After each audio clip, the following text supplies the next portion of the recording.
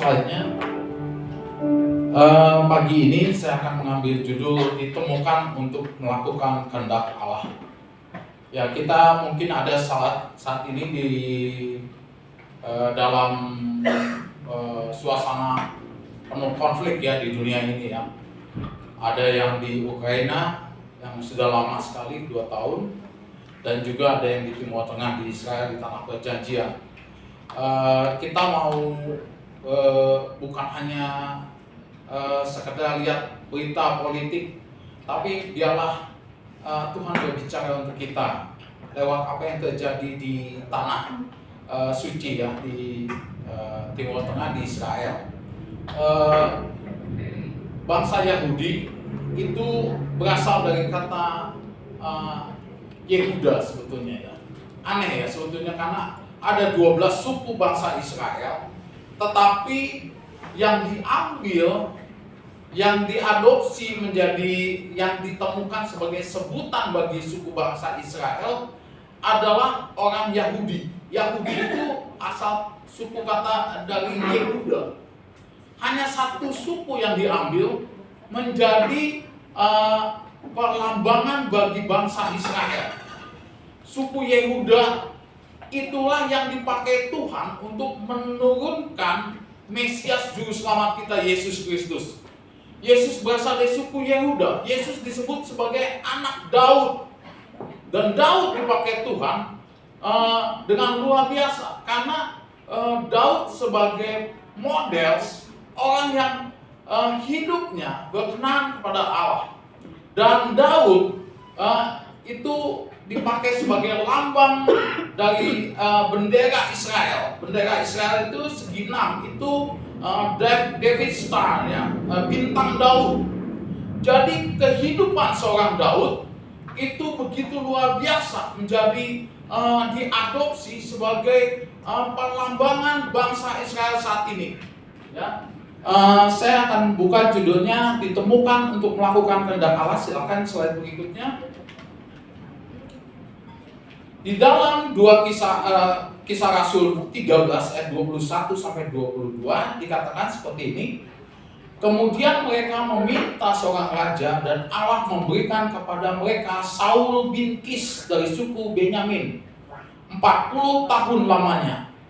Ini raja pertama untuk bangsa Israel. Namanya Saul bin Kis. Orang tuanya namanya Kis ya.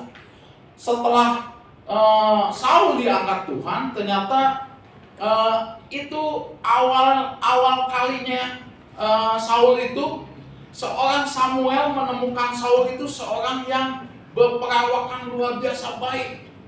Dari bahu ke atas dia di atas rata-rata orang Israel. Jadi dari klasifikasi tubuh ya, Saul itu semampai, dia elok, dia luar biasa baik. Begitu Saul tampil, orang akan lihat satu keunggulan secara penampilan, elok, luar biasa, cocok banget jadi raja pertama yang diminta oleh bangsa Israel. Tetapi dengan perjalanannya waktu, Saul melakukan banyak kesalahan dan dia menyimpang dari panggilan Tuhan. Dia mengorbankan korban persembahan tanpa diminta. Seharusnya itu menjadi bagian Samuel, tetapi Saul tidak sabar menunggu Samuel. Waktu dia berperang dengan musuh, dia merasa terdesak. Akhirnya Saul mengambil keputusan untuk membuat pengorbanan kepada Tuhan yang bukan bagiannya. Dan lewat berbagai sikap yang lain, akhirnya Tuhan dikatakan di sini menyingkirkan Saul. Ayat 22, setelah Saul disingkirkan, Allah mengangkat Daud menjadi raja mereka. Tentang Daud, Allah telah menyatakan, aku telah mendapat Daud bin Isai, seorang yang berkenan di hatiku dan yang melakukan segala kehendakku. Itu yang dikatakan Alkitab di Kisah Rasul 13 ayat 22. Jadi lewat berjalannya waktu, ini ceritanya panjang sekali kalau di Alkitab, tapi dalam ayat ini di Kisah Rasul ini disingkat. Setelah Tuhan menyingkirkan Saul, Allah mendapati dari sekian banyak bangsa Israel yang punya kategori untuk menggantikan Saul, Tuhan menulis di dalam Alkitab Indonesia, Alkitab Perjanjian Baru, aku mendapat Daud bin Isai, seorang yang berkenan di hatiku dan yang melakukan segala kehendakku. Ini agak sedikit beda dengan teks Inggris ya. Kita buka dulu dari King James Version di ayat berikutnya. Itu di ayat sebelumnya dikatakan Daud melakukan kehendak Allah. Padahal belum melakukan. Baru di Kisah Rasul 13 ayat 36, sebab Daud melakukan kehendak Allah pada zamannya. Lalu dia mangkat dan dibaringkan di samping nenek moyangnya, dan dia memang diserahkan kepada kebinasaan. Setelah berjalannya waktu, Kisah Rasul 13 ayat 22, Tuhan mendapati Daud yang melakukan kehendak Allah. Itu menurut teks Alkitab Indonesia. Tetapi setelah berjalannya waktu, di ayat 36-nya, Daud melakukan kehendak Allah pada zamannya. Sebelum dia mati, Tuhan mendapati Daud melakukan kehendak Allah pada zamannya. Ada sedikit beda dengan teks Inggrisnya. Kalau bisa dibuka selanjutnya. Ini ada perbedaan teks. Kalau King James Version bilang seperti ini. And when he had removed him, he raised up unto the David to be their king, to whom also he gave testimony and said, I have found David, the son of Jesse, a man after mine own heart, which shall fulfill all my will. Kalau di Amplified, who will do all my will. Jadi dikatakan Tuhan, kalau di bahasa Inggris, bukan mendapati, menemukan. Setelah Saul disingkirkan, Allah mencari dan Allah menemukan Daud ditemukan Allah untuk apa? Di ayat itu yang saya tebalkan di situ, yang akan melakukan semua kehendakku. Tuhan tahu lewat seorang Daud yang dia temukan, semua kehendak Allah akan dikerjakan oleh Daud. Jadi Daud belum melakukan semua kehendak Allah, tapi lewat orang ini, semua kehendak Allah akan digenapi lewat Daud. Nah, sekarang kita buka lagi teks berikutnya, slide berikutnya. Kayaknya harus balik, ditutup baru dibuka kalau.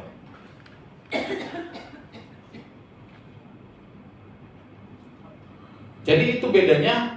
Di ayat 22, kalau di Indonesia dikatakan Daud melakukan kehendak Allah, padahal belum. Kalau di teks bahasa Inggris, Daud ditemukan Allah akan bisa melakukan kehendak Allah. Ya, apa itu kehendak Allah? Teks berikutnya, kita ingin tahu gitu, apa sih kehendak Allah itu? Banyak di ayat Alkitab, aku suka melakukan kehendak-Mu. Aku akan melakukan, Tuhan berkenan kepada orang yang melakukan kehendak Allah. Apa sih kehendak Allah? Banyak banget ayat Alkitab, tapi diringkas dalam 3 bentuk ini. Ya, saya akan bacakan. Apa itu kehendak Allah? Kehendak Allah adalah sesuatu yang diinginkan Allah secara jelas. Itulah kehendak Allah yang sempurna. Apa itu kehendak Allah yang sempurna? Yaitu supaya semua orang diselamatkan. 1 Timotius 2 ayat 4 dan 2 Petrus 3 ayat 9. Tuhan Yesus itu dinubuatkan setelah Adam berdosa kepada Allah. Tuhan langsung menginisiasi penebusan, penyelamatan umat manusia dari dosa dengan mengutus Yesus yang adalah anaknya sendiri, yang akan menyelamatkan umat manusia di hari ke depan. Sebelumnya penebusan dosa dilakukan dengan pengorbanan binatang ya. Darah binatang itu yang dipotong itu dioleskan dan dikorbankan di dalam korban persembahan. Itulah sebagai penebus dosa untuk orang Israel setiap tahun. Tetapi itu tidak cukup. Yang setelah Yesus Yesus itu anak tunggal Allah.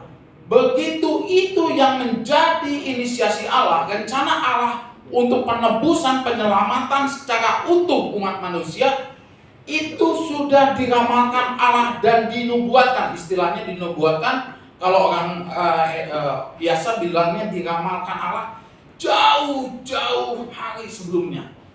Jadi rencana penebusan, rencana keselamatan itu adalah rencana Allah yang begitu panjang, begitu jauh, begitu banyak nabi-nabi meramalkan, menubuatkan tentang kedatangan Mesias. Yesaya yang hidupnya 600 tahun sebelum kedatangan Yesus menubuatkan tentang Yesus 600 tahun dalam banyak ayat. Yesaya bahkan cara matinya, bagaimana penampakan Yesus dalam penyaliban itu dinubuatkan oleh Yesaya dengan lengkap di Yesaya 52 dan 53. Orang tidak lagi mengenal wajah Yesus. Orang memalingkan wajahnya terhadap Yesus. Oleh bilo-bilo Yesus kita sembuh. Itu ditulis oleh Yesaya 600 tahun. Dan nabi-nabi yang lain menubuatkan tentang penyelamatan ini 600 tahun. Jadi ada apa? Kita bisa tahu bahwa rencana Allah untuk penyelamatan ini begitu rencana jangka panjang yang diingatkan kembali kepada setiap nabi-nabinya, ke setiap generasi nabi, ganti generasi, dibukain lagi akan datang Mesias, akan datang penyelamat. Dan itu menjadi kehendak Allah. Begitu itu menjadi destiny, kayak kehendak Allah gitu. Akan ada penyelamatan yang sempurna, karena yang turun itu adalah anak tunggal Allah sendiri. Jadi kehendak Allah adalah keselamatan, supaya semua orang diselamatkan. Itu yang pertama.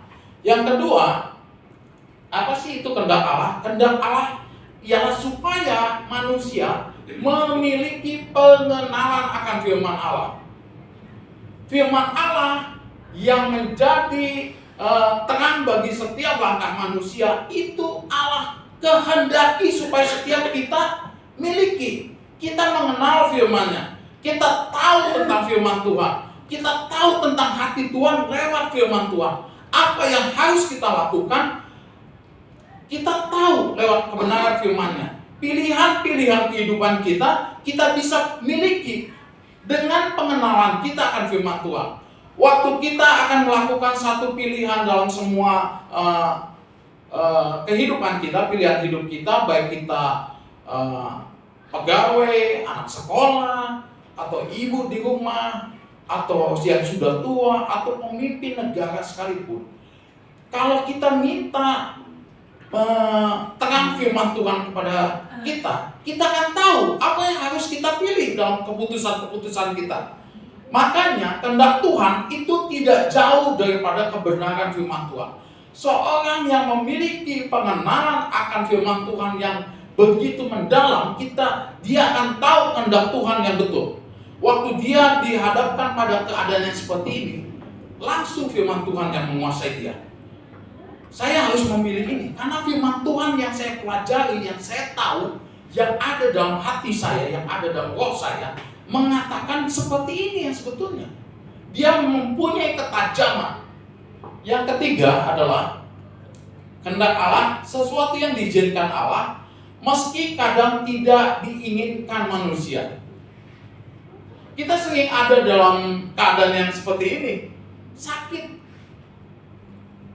masalah keluarga, ada dalam peperangan. Waktu kita ada wabah COVID kemarin, bahkan banyak orang percaya dipanggil Tuhan. Ibu saya 2 kali kena. Ada di sini jemaat kita juga yang bawa pulang akibat COVID itu. Itu diizinkan Tuhan.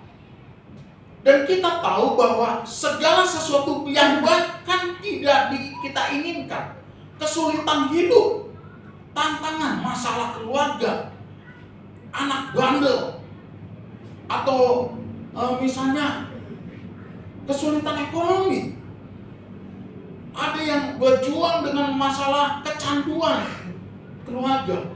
Sudah berdoa tapi kayaknya susah lepas. Bahkan yang seperti itu dikatakan sesuatu yang diizinkan Allah, meski kadang tidak diinginkan manusia. Saya ambil contohnya itu sakit, perang, dan penderitaan. Kita sering berdoa pada Tuhan, Tuhan, saya sudah lama berdoa untuk ini, tapi penderitaan ini tidak pergi-pergi dari hidup saya. Ada terus dalam kehidupan saya. Apa yang salah? Ada yang berdoa untuk sakit, penyakitnya disembuhkan, nggak sembuh-sembuh, belum sembuh-sembuh. Itu juga kehendak Allah. Karena itu diizinkan Allah supaya sesuatu terjadi dalam hidupnya. Waktu dia datang pada Tuhan, waktu dia berserah pada Tuhan, kita percaya. Kita akan lihat contoh-contohnya di berikutnya, bagaimana yang namanya kehendak Allah lewat hal-hal yang tidak diinginkan. Jadi ada 3 tadi ya. Kehendak Tuhan itu 1 untuk keselamatan manusia, 1 supaya manusia mengalami pengenalan lewat kebenaran firman Tuhan, 1 supaya manusia bisa mengerti melewati segala keadaan yang tidak dia inginkan. Itu kehendak Allah. Kadang kehendak Allah tidak selalu yang baik-baik, yang mulus, yang jalan tol, yang lurus, yang mudah, yang penuh dengan berkat. Enggak. Banyak contoh-contoh di dalam kehidupan penginjil-penginjil hamba-hamba Tuhan yang turun tangan ya ke Israel, ke Afrika, ke Cina, ke India, bahkan ke Sumatera, di Sumatera Utara itu di kanibal ya, dimakan. Banyak hamba-hamba Tuhan yang memberikan hatinya sendiri itu hidup dalam penderitaan. Dan ini pun kehendak Allah. Kalau kita mengerti ujungnya, kita akan buka mengapa Daud sebagai model. Ya, Daud menjadi model dan teladan Alkitab tentang seorang yang berkenan pada Allah dan menjadi pelaku kehendak Allah karena melalui Daud semua kehendak Allah digenapi. Kita bisa lihat di Alkitab, Daud ini siapa? Ya. Daud menjadi bapak moyang Yesus Kristus. Ya. Daud seorang Yehuda menjadi bapak moyang Tuhan Yesus Kristus. Ya. Kalau kita baca lagi Alkitab, kita akan lihat, nanti saya akan bukakan, bahwa suku Yahudi yang berasal dari bangsa Yahudi yang Tuhan angkat dari suku Yehuda, itu pun tidak mulus.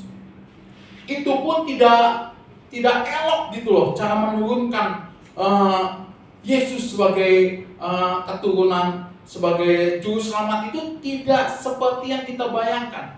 Kita ingin sesuatu yang ideal, kita ingin sesuatu yang indah terjadi. Tidak seperti itu, tidak seperti itu. Bahkan seorang Yesus Kristus, kita akan lihat bahwa seorang Yesus Kristus yang diturunkan lewat suku Yehuda itu, kalau untuk ukuran dunia, akan mengalami banyak pertanyaan-pertanyaan.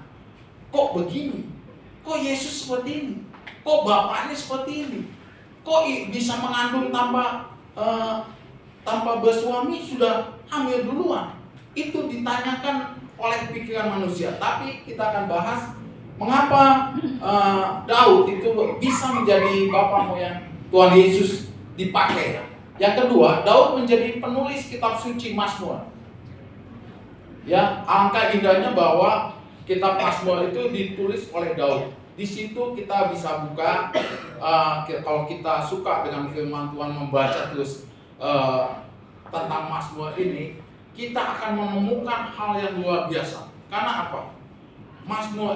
Daud itu seorang yang jujur di hadapan Tuhan. Ya, dalam Mazmur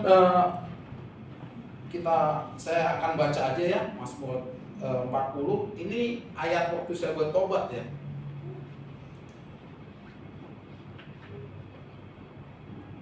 Mazmur 40 ayat 11 bilang kayak gini. Engkau Tuhan, janganlah menahan rahmat-Mu daripadaku. Kasih-Mu dan kebenaran-Mu kiranya menjaga aku. Sebab malapetaka mengepung aku sampai tidak terbilang banyaknya. Aku telah terkejar oleh kesalahanku, sehingga aku tidak sanggup melihat. Lebih banyak jumlahnya dari rambut di kepalaku, sehingga hatiku menyerah. Berkenanlah kiranya Engkau ya Tuhan untuk melepaskan aku. Tuhan segeralah menolong aku. Daud dalam kehidupannya sebagai Raja Israel, sebagai bapaknya, bapak moyangnya Tuhan Yesus, mengakui dalam keadaannya, aku ini orang yang terkejar oleh kesalahanku. Hidup penuh dengan kesalahan, penuh dengan segala hal yang tidak baik dalam hidupnya. Daud mengakui bahwa kesalahanku lebih banyak dari rambut di kepalaku. Setiap hari mungkin dia buat salah. Setiap hari dia membuat kelalaian. Setiap hari dia mungkin punya pikiran-pikiran yang tidak seperti yang Tuhan inginkan. Dan Daud sebagai manusia yang jujur di hadapan Tuhan, Daud bilang, aku terkejar oleh kesalahanku lebih banyak dari rambut di kepalaku. Orang yang seperti itu disebut sebagai bapak moyangnya Tuhan Yesus Kristus. Tapi seorang Daud dalam keadaan yang lain, dalam keadaan dia bisa bersukacita, bersorak-sorai, menyatakan kuasa dan kemuliaan Allah, menyatakan firman Allah. Kalau kita baca Mazmur 118, itu Mazmur firman-Mu adalah pelita bagi kaki. 119 dan 105. Nah, 119 itu firman yang paling panjang ya, kitab yang paling panjang di Alkitab. Itu isinya Taurat-Mu dalam hatiku, firman-Mu dalam hatiku, perintah-Mu dalam hatiku. Aku suka melakukan hukum-hukum-Mu, aku suka melakukan perintah-Mu.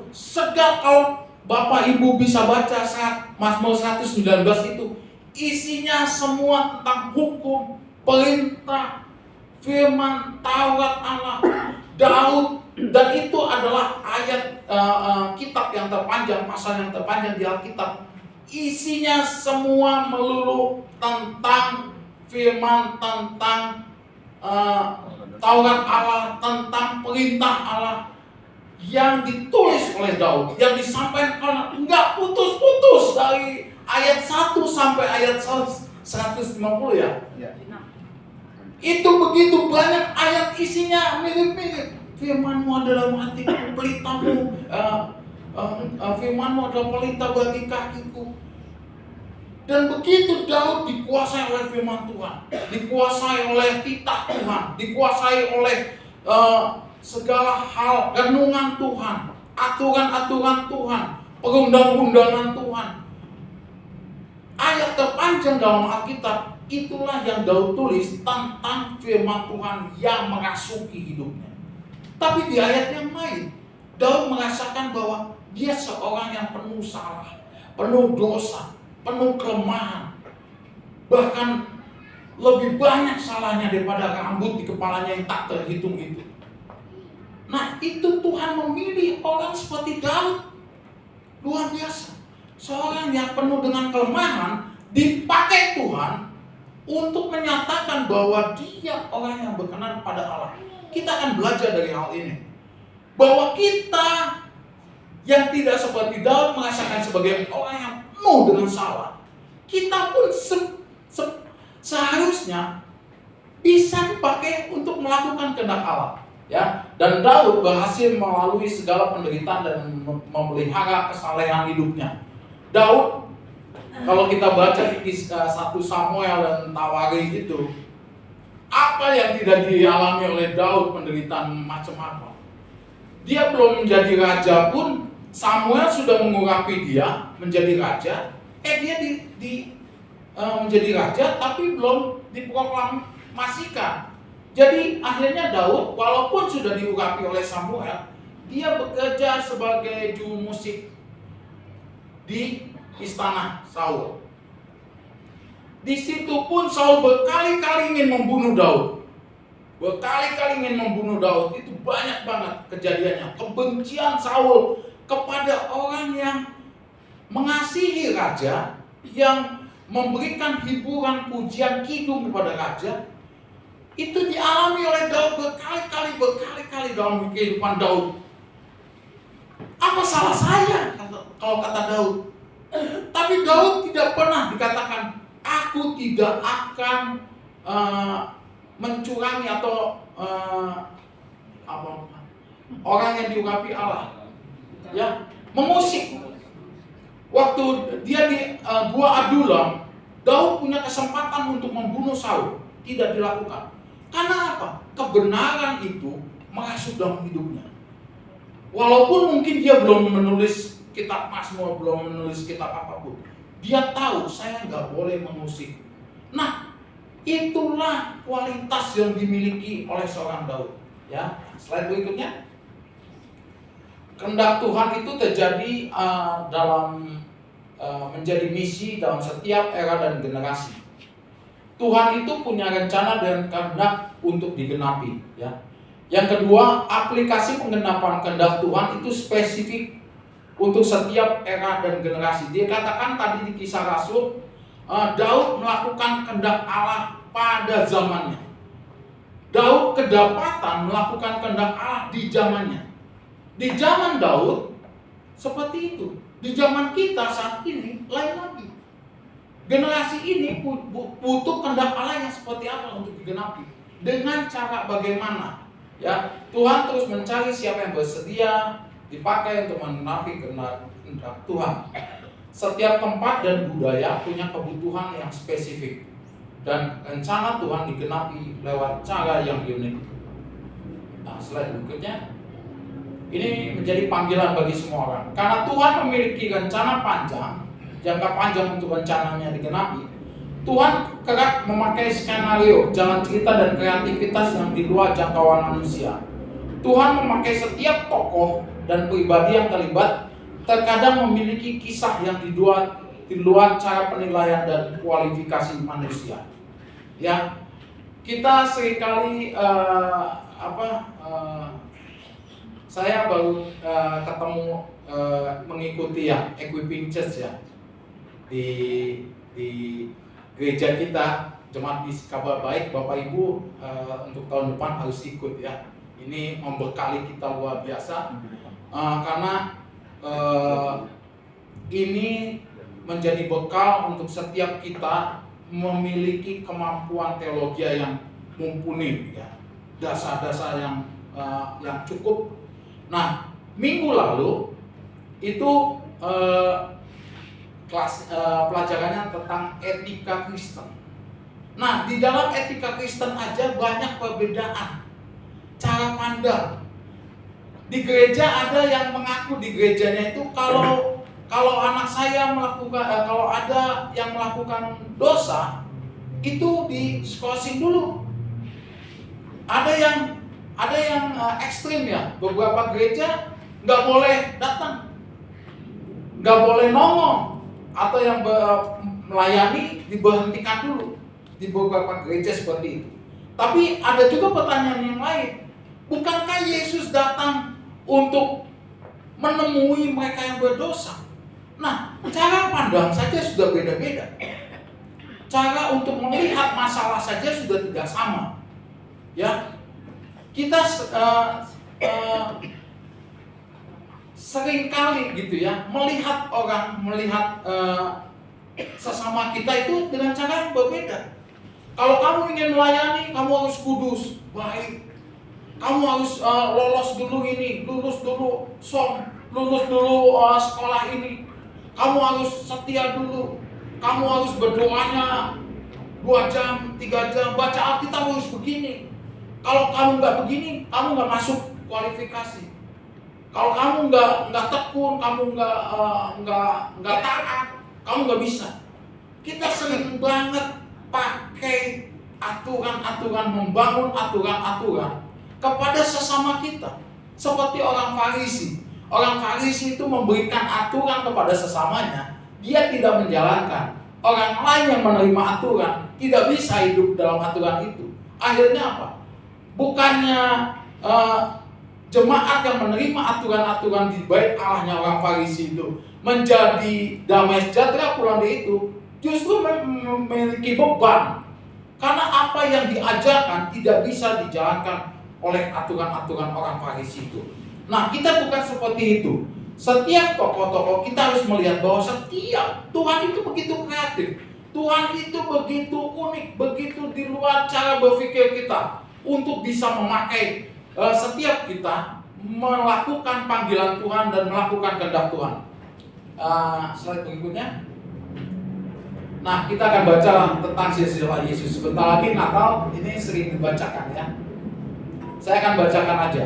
Inilah silsilah Yesus Kristus, anak Daud, anak Abraham. Abraham memperanakan Ishak, Ishak memperanakan Yakub, Yakub memperanakan Yehuda dan saudara-saudaranya. Yehuda memperanakan Peres dan Zerah dari Tamar. Peres memperanakan Hezron, Hezron memperanakan Ram, Ram memperanakan Aminadab, Aminadab memperanakan Nahason, Nahason memperanakan Salmon, Salmon memperanakan Boas dari Rahab. Ya, catat. Boas memperanakan Obed dari Rut. Obed memperanakan Isai, Isai memperanakan Raja Daud. Daud memperanakan Salomo dari istri Uria. Ya, ayat berikutnya. Salomo memperanakan Rehabeam, Rehabeam memperanakan Abia, Abia memperanakan Asa, Asa memperanakan Yosafat, Yosafat memperanakan Yoram, Yoram memperanakan Usia, Usia memperanakan Yotam, Yotam memperanakan Ahaz, Ahaz memperanakan Hizkia, Hizkia memperanakan Manase, Manase memperanakan Amon, Amon memperanakan Yosia, Yosia memperanakan Yekonya dan saudara-saudaranya pada waktu pembuangan ke Babel. Sesudah pembuangan ke Babel, Yekonya memperanakan Sealtiel, Sealtiel memperanakan Zerubabel, Zerubabel memperanakan Abihud, Abihud memperanakan Eliakim, Eliakim memperanakan Azor, Azor memperanakan Zadok, Zadok memperanakan Akim, Akim memperanakan Eliud, Eliud memperanakan Eleazar, Eleazar memperanakan Matan, Matan memperanakan Yakub, Yakub memperanakan Yusuf, suami Maria yang melahirkan Yesus yang disebut Kristus. Bisa dibalikin lagi ke silsilah Yesus yang pertama enggak? Ya. Di Bapak Ibu lihat ya di ayat ini. Ini luar biasa. Kita akan bicara tentang siapa yang dipakai Tuhan untuk melakukan kehendak-Nya, menjadi jalan untuk menurunkan Yesus Kristus sebagai juru selamat dunia. Dikatakan di sini ayat 3, Yehuda memperanakan Peres dan Zerah dari Tamar. Siapa Tamar itu?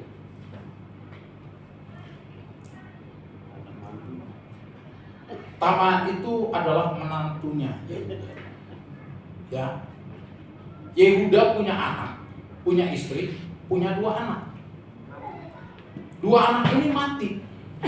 Setelah menikah dengan Tamar, mati anaknya. Karena jahat ya. Anaknya Yehuda itu 2 orang jahat-jahat. Satu Er, satu Onan. Nah, si Er ini jahat, Tuhan bunuh. Tuhan bunuh. Anak pertamanya Yehuda ini Tuhan bunuh. Tapi ada menantunya. Gini, kalau zaman dulu di suku bangsa Israel kan, kamu harus meneruskan garis keturunan. Karena abangnya sudah dibunuh, adiknya harus gantiin abangnya. Dinikahilah si Tamar ini oleh si Onan. Onan ini nggak suka, karena kalau nanti dia punya anak, si Tamar ini bukan dia yang ada di garis keturunan, abangnya. Akhirnya dia melakukan hal yang jahat di mata Tuhan. Itulah yang kita sebut sebagai onani ya sekarang. Dia tidak mau membuahi si Tamar ini, tapi dia keluarkan spermanya itu. Itulah yang jahat di mata Tuhan, dan Tuhan kembali membunuh si Onan. Nah, si Sua itu istrinya Yehuda punya anak lagi yang kecil, Sela ya namanya. Nah, si Sela ini jauh banget usianya dari abangnya. Sementara si Tamar ini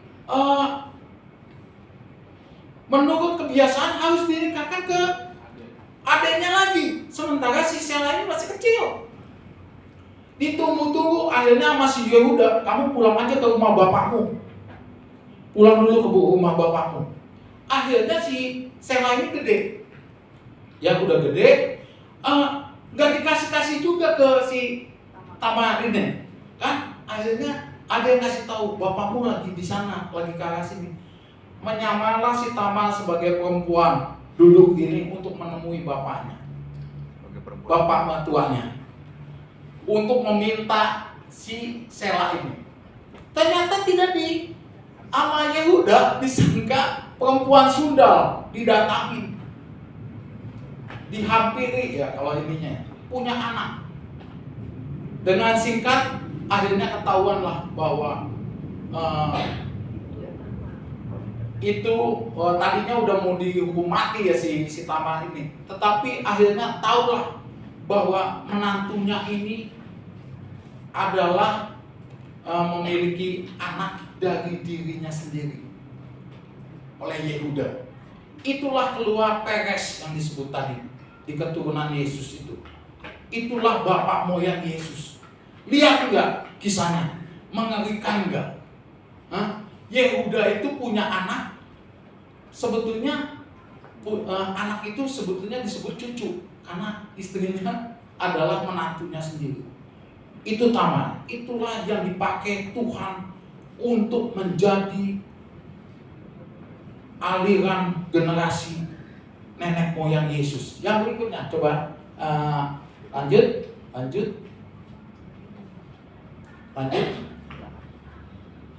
Ya.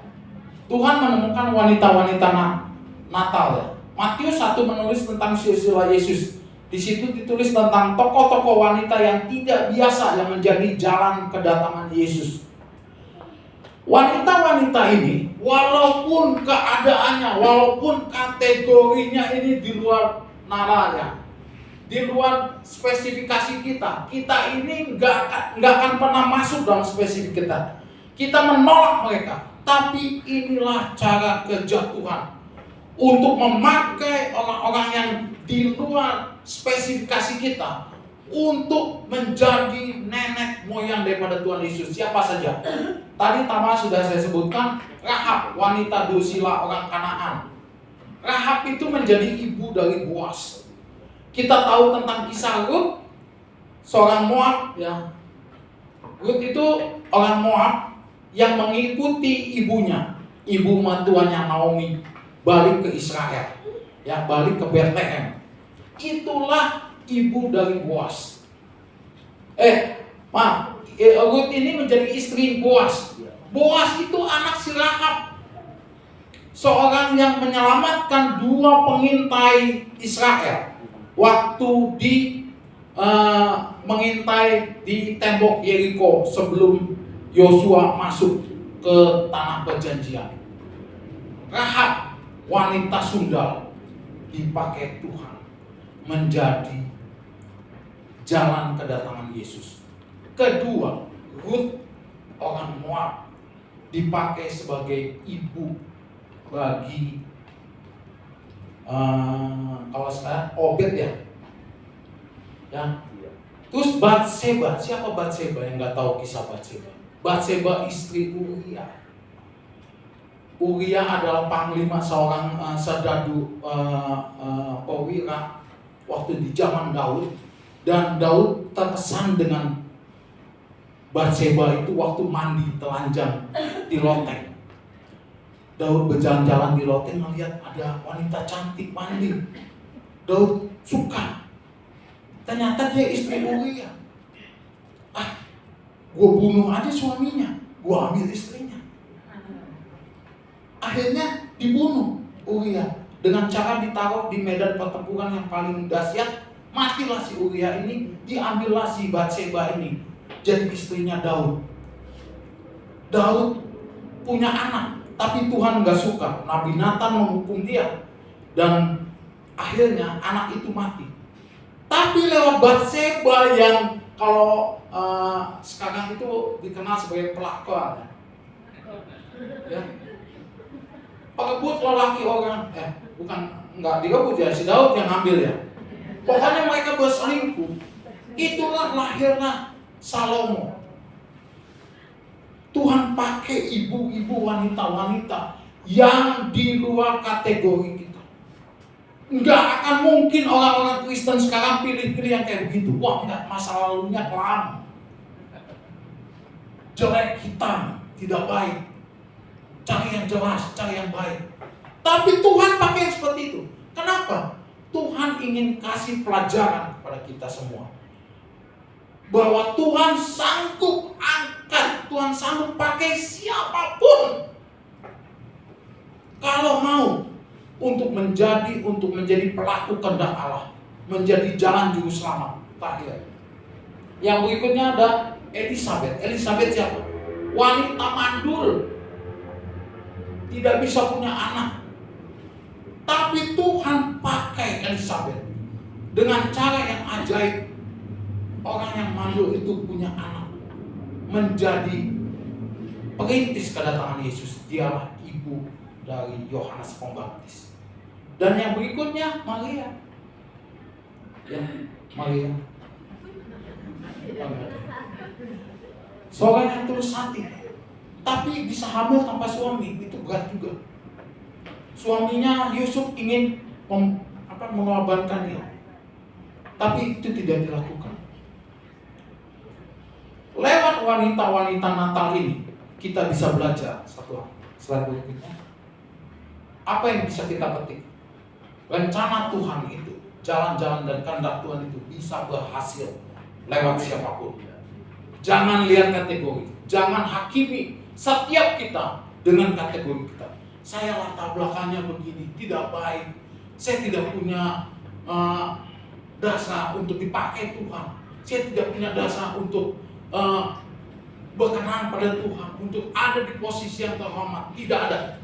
Semua kita bisa, karena kita sudah lihat contohnya. Tuhan memakai semua latar belakang. Tidak ada orang yang terlalu baik, hebat, pintar, atau berkuasa. Semua bisa Tuhan temukan dan pakai. Yang Tuhan mau, apakah melalui pribadi kita, rencana dan kehendak Tuhan itu bisa digenapi. Kalau kita yang bodoh, kita yang tidak tahu apa-apa, kita yang terbatas, kita yang dari latar belakang tidak baik, berdoa datang pada Tuhan. Tuhan pakai saya. Tuhan, biarlah kehendak dan rencanamu digenapi lewat hidup saya. Tuhan akan genapi. Karena Alkitab sudah memberikan modelnya, contohnya. Ya, kita harus menyiapkan diri untuk Tuhan temukan. Ada waktunya, waktu ini musimnya apa? Kita bergerak sesuai dengan musim Tuhan untuk Tuhan temukan. Jangan pernah merasa kecil dan tak berguna. Keberadaan kita, setiap kita penting bagi tujuan Tuhan. Yang berikutnya video ya.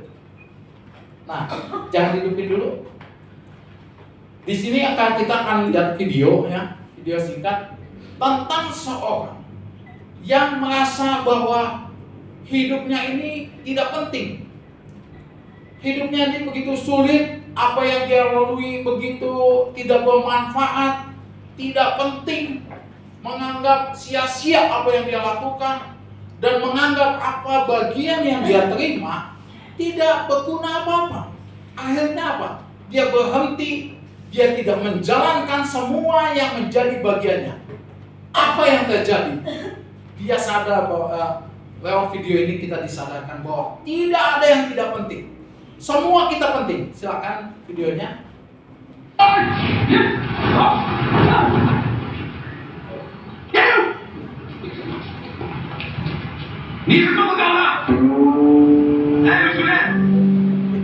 Dia hanya menerima kertas putih katanya. Buat apa Tuhan menerima kertas putih?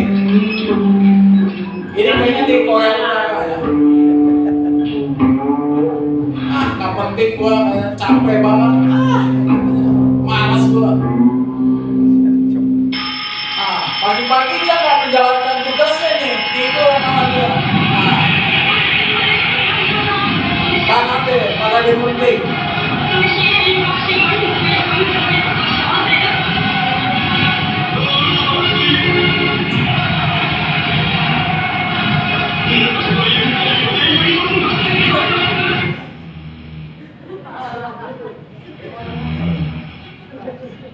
Ternyata dia hanya menganggap dia tuh hanya menerima kain putih, katanya buat apa? Buat tidur aja lah di rumah. Saya nggak, apa yang saya terima tidak penting. Saya dimarah-marahin katanya kan. Terus begitu dapat bagian hanya kain putih aja, boleh diulang lagi, gak usah pakai suara. Kita seperti itu. Kita kadang seperti ini. Kita tidak tahu posisi kita ini di dalam satu paradenya Tuhan itu seperti apa. Kita nganggap kesulitan gitu. Tantangan itu melemahkan kita. Ya, dapatnya cuma bagian kain putih begini. Nggak tahu kain putihnya itu bagian gigi. Nah kan, dia akhirnya sia-sia, bagusan tidur aja gua. Tuh, kesal. Pagi-pagi waktunya bertugas di parade dia malah tidur. Hah? Ini pemimpin Korea Utara nih. Tuh, galaknya kan, kalau ada yang salah yang bunuh. Begitu dilihat, waduh, gigi gua ompong.